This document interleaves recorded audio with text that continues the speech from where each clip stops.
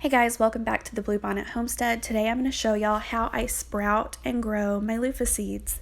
I did get these off of Etsy, but I know you can get them from many stores like Tractor Supply.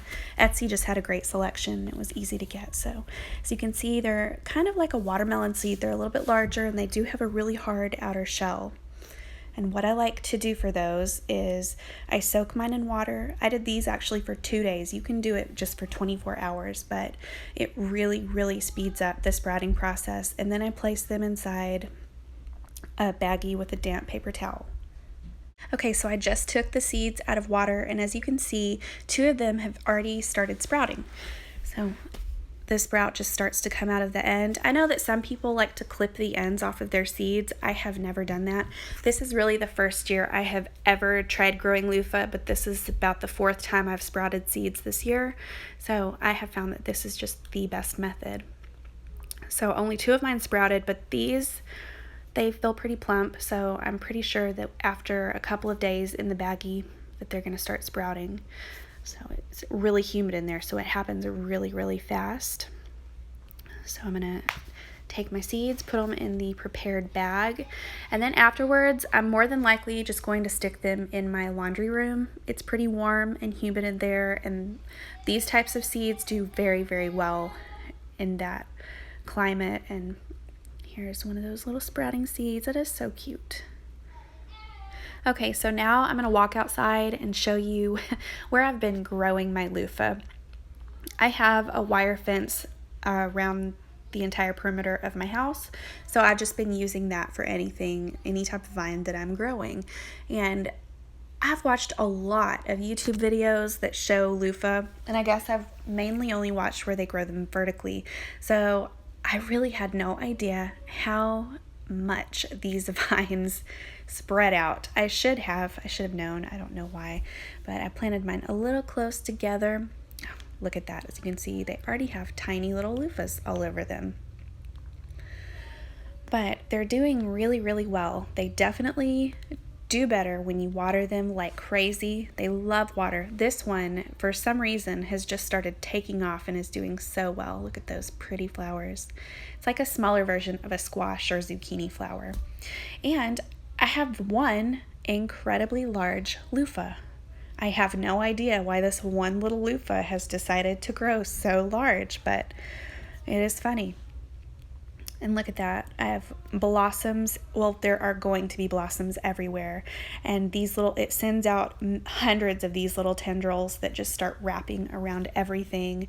And it is thankfully pretty easy to train. Every night I've been going out and trying to position all of the new little shoots to where I want them to grow.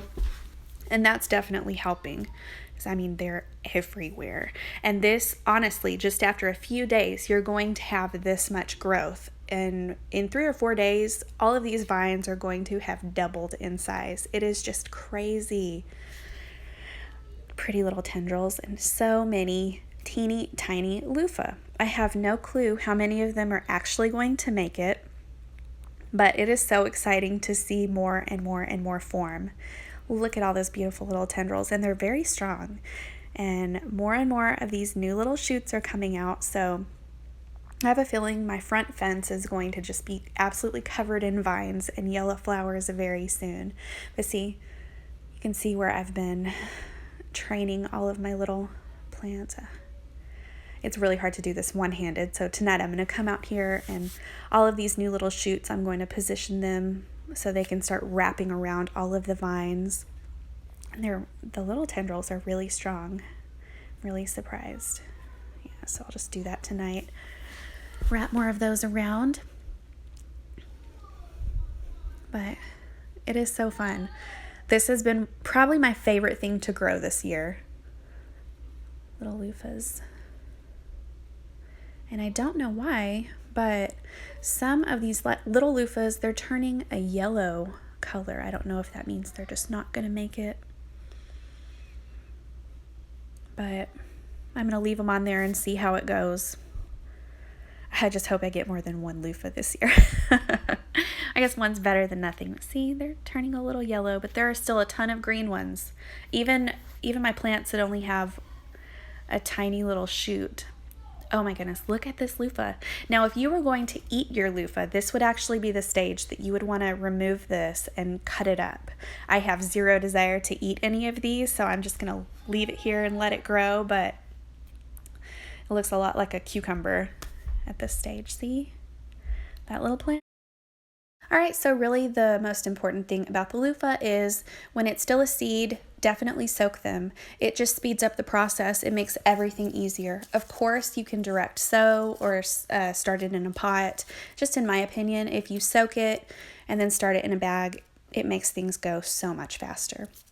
And then once it has sprouted, it started to grow, make sure that you pick a great spot to plant them. As you can see, mine are planted really close together, and that's something that I really wish I could change, but they're very established and I really don't want to lose one of my plants. So I'm just going with it. This is my first year. I'm learning from my mistakes, but if y'all are watching this, hopefully y'all can also learn from my mistakes and know not to do this. So, but yes, these are gorgeous plant, great for bees, great for covering up a ugly fence like what I have. And yeah, I'm just so excited to start having my own loofah. So, but thank y'all so much for watching, and you'll have to join me next time for our garden tour. So y'all have a wonderful day.